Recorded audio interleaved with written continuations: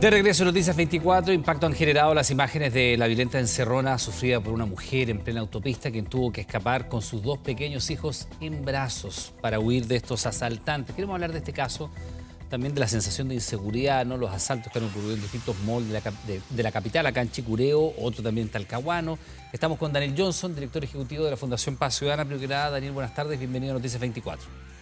Buenas tardes, Iván. Muchas gracias por invitarme. Gracias por recibirnos. Y estamos compartiendo imágenes, Daniel, de la huida de esta madre allí en la ruta San Martín, bien complicado, ¿no? Con los dos hijos en brazos. El tema de la victimización siempre compite con las víctimas reales, ¿no? Con los índices de violencia. Este es uno de los delitos más graves, de mayor connotación y que más ha aumentado, ¿no? Así es. A ver, es muy importante que no todos los delitos son lo mismo, que hay delitos que causan mucho más daño que otros. Y normalmente uno en las encerronas, lo que ve de fondo es un daño a una familia, a una madre, a unos niños, incluso a un entorno de que siente también que pueden ser víctimas de esos mismos tipos de delitos, que es de una violencia mucho mayor que otro y genera por lo tanto un daño psicológico a esa familia que evidentemente es más grande. Ahora, no es lo mismo entonces el robo de un vehículo cuando está estacionado en la vía pública que cuando es en una encerrona. Y aunque el vehículo, que ahora aparece que en las noticias ya empezó a mostrarse que el vehículo apareció en una comuna de Santiago, la verdad es que independiente que el vehículo pueda haber aparecido en perfectas condiciones, el daño que este delito generó es un daño mucho más constante, más de largo plazo y por lo tanto no tiene relación con el bien robado, sino con el daño que se le hace a la familia completa. ¿Y por qué esta diferenciación es tan importante? Porque permite hacer que el sistema de seguridad y justicia pueda priorizar ciertas acciones contra ciertos delitos que hacen más daño. En Chile hemos cometido un error que es juntar en unos delitos de mayor connotación social, que le hemos llamado delitos como este, que es un robo con violencia, y también hemos juntado en ese mismo grupo, por ejemplo, un hurto en una tienda. Y si bien el hurto, por supuesto, que también tiene que ser investigado y hay bandas que están detrás de eso y es muy grave, evidentemente el hurto en una tienda, un hurto en una tienda no genera el mismo daño que este delito que estamos viendo en las imágenes y por lo tanto no pueden sumar lo mismo. Y tenemos entonces que mirarlo en base al daño que esos delitos generan para priorizar las acciones del sistema de persecución, de prevención, donde se hacen los patrullajes policiales, donde tratamos de controlar qué pasa con esos vehículos, etcétera. O sea, hay muchas acciones que son priorizables en el sistema y dado que no podemos perseguir todo igual, tenemos que concentrarlas en los delitos que hacen más daño, como este delito de encerrona, que claramente es uno de los más dañinos que está ocurriendo hoy día en el país. Hay distintas maneras de interpretar las cifras, por supuesto, y lamentablemente es así. La cifra va a variar en la evaluación que uno hace, depende del segmento de tiempo que se fija, de si ve el último trimestre, lo compara con el anterior, si ve solamente un mes. El gobierno ha insistido en que se ha quebrado una tendencia en cuanto a las encerronas durante el mes de septiembre, que se ha producido una baja particular a propósito de este plan anti-encerronas. La verdad es que si uno mira las informaciones de la autopista, están más o menos 35 encerronas al día. Eso es lo que está ocurriendo en nuestro país a septiembre de este año, al menos cifras consolidadas por las propias autopistas. ¿Cómo mirar en perspectiva correcta este delito? ¿Ha crecido en el último tiempo? ¿Se ha logrado revertir la tendencia, como afirma el Ejecutivo? A ver, es muy difícil poder sacar conclusiones con periodos tan cortos de implementación de ciertas medidas. O sea, poder justificar qué es la medida lo que ha reducido en particular es difícil. O sea, esto hay que hacerlo con estudios, con constituciones que requieren una medición seria, con tiempo, con estadísticas que tengamos la certeza que no están afectadas por otras circunstancias también. Muchas veces uno concluye que hay una relación entre una medida y un resultado, pero puede ser a veces que incluso hayan habido otras situaciones que hayan generado que esa misma disminución se produzca. Si no lo vemos en el largo plazo, o en un mediano plazo al menos, y no lo medimos correctamente, nos podemos equivocar en las conclusiones. Lo que sí sabemos, y que estadísticas de largo plazo nos están mostrando, es que en el año 2021, por ejemplo, hubo una cantidad muy similar de encerronas de las que habían hace 8 años atrás. Perdón, no encerronas, sino de vehículos robados. ¿Pero robo con fuerza o robo del vehículo solamente? No, no necesariamente. En realidad lo que estamos midiendo es encargos de vehículos, o sea, vehículos que llegan a la policía encargados por robo. En el año 2014 aparecía más del 70% de los vehículos que eran robados. En el año 2021 apareció poco más del 40% de los vehículos robados. Eso significa que hubo 17.000 vehículos que fueron encargados durante el año 2021 que no aparecieron.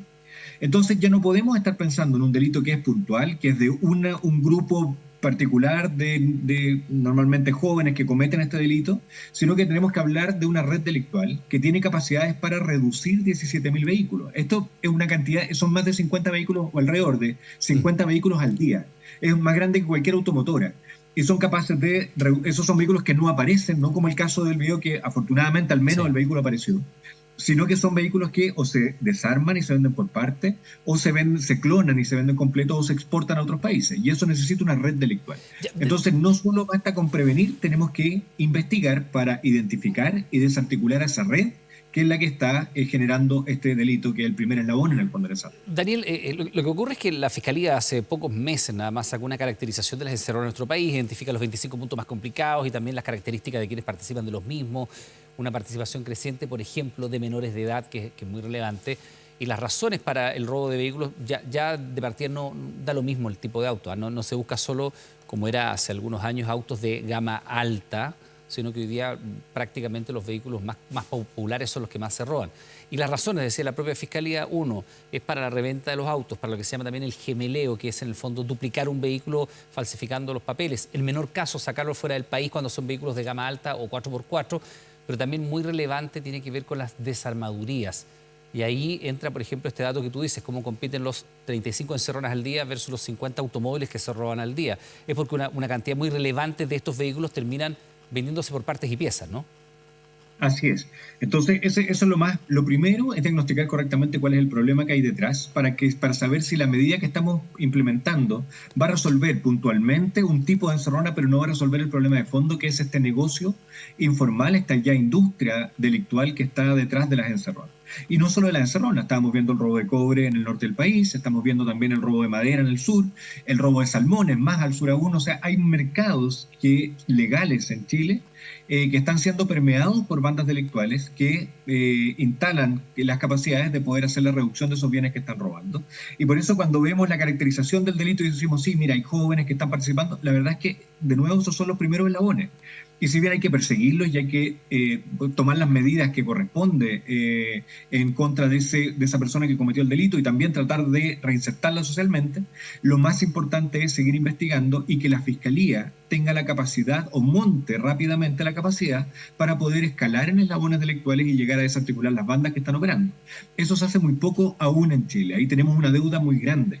Tenemos a los fiscales que tienen una cantidad de causas muy grande abiertas permanentemente, que se agrupan extremadamente poco, y en estos casos la única forma de poder desarticular la banda es no estudiarlo como un delito en particular, sino entender la dinámica delictual que hay detrás y hacerle un seguimiento a eso. Y ese es el principal cambio que tenemos que hacer, y ahora que estamos en periodo de elección del fiscal nacional, es fundamental la capacidad de gestión que ese fiscal le tiene que dar a la institución, al Ministerio Público. Daniel, Porque ahí es donde tenemos el primer escollo hoy día para la investigación penal. bueno, lo que el Ejecutivo ha ido instalando en el último tiempo, nos tocó conversar con la ministra de Interior, Carolina Toá, en su minuto, cuando da su primera entrevista en televisión, y ella instala el concepto del crimen organizado detrás de las encerronas. Y cuando uno habla de crimen organizado, piensa en organizaciones delictuales del tipo Tren de Aragua, ¿no?, que están detrás de otro tipo de delitos bastante más violentos, que tienen que ver con asesinatos, eventualmente secuestros extorsivos y ese tipo de situaciones, droga, trata de blanca, en fin. Hay evidencia que nos permita sostener que detrás de este tipo de robos de automóviles, encerronas en las carreteras, son cometidos efectivamente por bandas organizadas, por crimen organizado. Sí. A ver, hay distintas tipologías de crimen organizado. No siempre el crimen organizado es violento. El Tren de Aragua es famoso por el nivel de violencia con que realiza su gestión. De hecho, se sabe que ellos también dentro de las fuentes de financiamiento tienen los mismos... cuando capturan a una persona, se me olvidó la palabra, pero que son capaces de generar distintas fuentes de financiamiento y con mucha violencia. Las bandas que estamos viendo que operan en el mercado de los vehículos son bandas muy especialistas. De hecho, hay ciertas marcas de vehículos, y como tú bien decías, Iván, hay ciertos vehículos que antes se robaban de alta gama. La verdad es que también había una percepción de que esos eran los vehículos que más se robaban, porque había una mayor seguimiento en ciertos lugares donde se robaban esos vehículos, pero siempre han sido comunas como la Florida, Maipú, donde ha habido mayor cantidad de robos y no necesariamente robos de vehículos de alta gama. Pero son vehículos, si uno analiza qué vehículos se roban, hay ciertas marcas y modelos que se roban principalmente, porque son más fáciles de clonar, porque son más fáciles también de hacer funcionar sin, porque no tienen tantos mecanismos de seguridad y otras medidas más. Pero cuando me pregunta, ¿hay crimen organizado detrás del robo de vehículos? Es evidente que sí.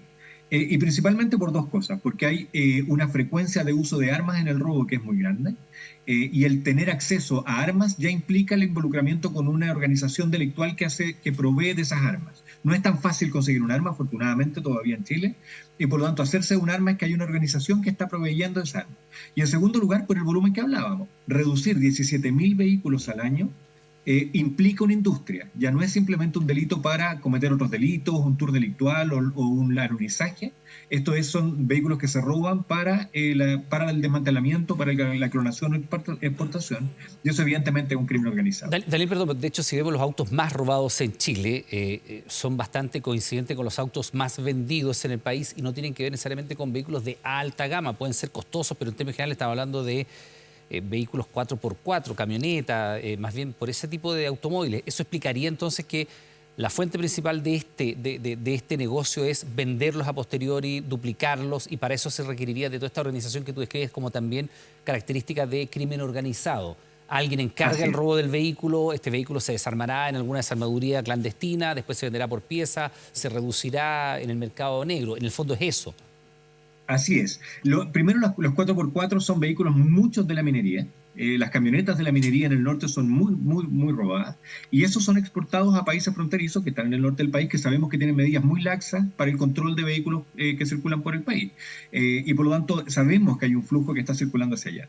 En Santiago, sí, se están robando, y también en otras regiones del país, pero en Santiago principalmente se están robando vehículos que son estos SUV, Sí. pero de una marca específica, incluso de un modelo específico. Y efectivamente, si uno mira, coinciden mucho con vehículos que son más comercializados y por lo tanto son mucho más fáciles de ocultar, porque descubrir que un vehículo está clonado, que no está circulando por la calle, es muy difícil. Y por eso es que aprovechan este tipo de vehículos. Ahora, Pero también, sí. cuando uno mira volúmenes, cuando uno mira, por ejemplo, el robo de madera también, y las denuncias que hay por robo de madera, y mira el volumen, también es natural que hay capacidad de poder reducir una cantidad importantísima de madera en el mercado nacional. Y eso también da cuenta de una industria. Entonces, no podemos decir, solo vincular que el crimen organizado son los delitos de alta violencia, como lo que vemos en el Tren de Aragua, que por supuesto generan un daño enorme, sino que también el crimen organizado son organizaciones que tienen muchas veces la capacidad de abastecerse de bienes robados. Y otra característica muy Sí. particular del crimen organizado es que se vincula también con redes de autoridad y de poder en el país. Entonces, para poder evitar el crimen organizado hay que desarticular los mercados, hay que perseguir mucho más arriba que los primeros eslabones. O sea, no podemos quedarnos en el que robó el vehículo solamente, sino que tenemos que ir escalando para ver quién es el que encargó ese robo y quién es el que hizo la reducción. Y en un tercer lugar, tenemos que ocupar las medidas de protección para que no sean cooptados autoridades y entren en estos mercados ilícitos también A ver, colaboran. Dani, esa última variante que probablemente está más bien asociada a casos narco en otros países, no la habíamos escuchado sobre el tema de crimen organizado, de lo que estamos hablando, las encerronas. ¿Hay alguna evidencia o alguna duda que pudiera permitir instalar esta interrogante? Es decir, dado que ya dentro de tu análisis, Daniel, es el hecho de que el crimen organizado está detrás de las encerronas, ¿no? Es lo que tú has dicho. A ver, sí. Sí, y características del crimen organizado es, de alguna manera, vinculación con algún nivel de engranaje dentro de la tomadora de decisiones, para no decir autoridades, porque yo por lo menos no había escuchado esa tesis. ¿Hay alguna evidencia de que hayan permeado parte, por ejemplo, del aparato del Estado, por ejemplo, en blanquear vehículos, en duplicar matrículas, en permitir la salida de manera clandestina por pasos fronterizos, para completar esta tesis que tú dices de que tienen que tener vínculos con autoridades de alguna manera, A con ver, algún primero tipo de autoridad? es natural el crimen organizado. Esto pasa cuando hay crimen organizado y normalmente hay un vínculo con autoridades y eso es algo bien natural que pase. Y no hay que pensar, y este es el error que se comete normalmente, incluso con gendarmería pasa aquí en Chile, no hay que pensar que cursos de ética o tener funcionarios más probos va a solucionar el problema. Cuando estamos hablando de redes de crimen organizado, que hacen secuestro, esa es la palabra, no me acordaban delante, Sí. que tienen capacidades de poder amenazar, no es un curso de ética ni un funcionario muy probo el que va a impedir que esas organizaciones permeen las instituciones formales. Es el miedo a que dañen a mi familia. Normalmente tienen dos alternativas.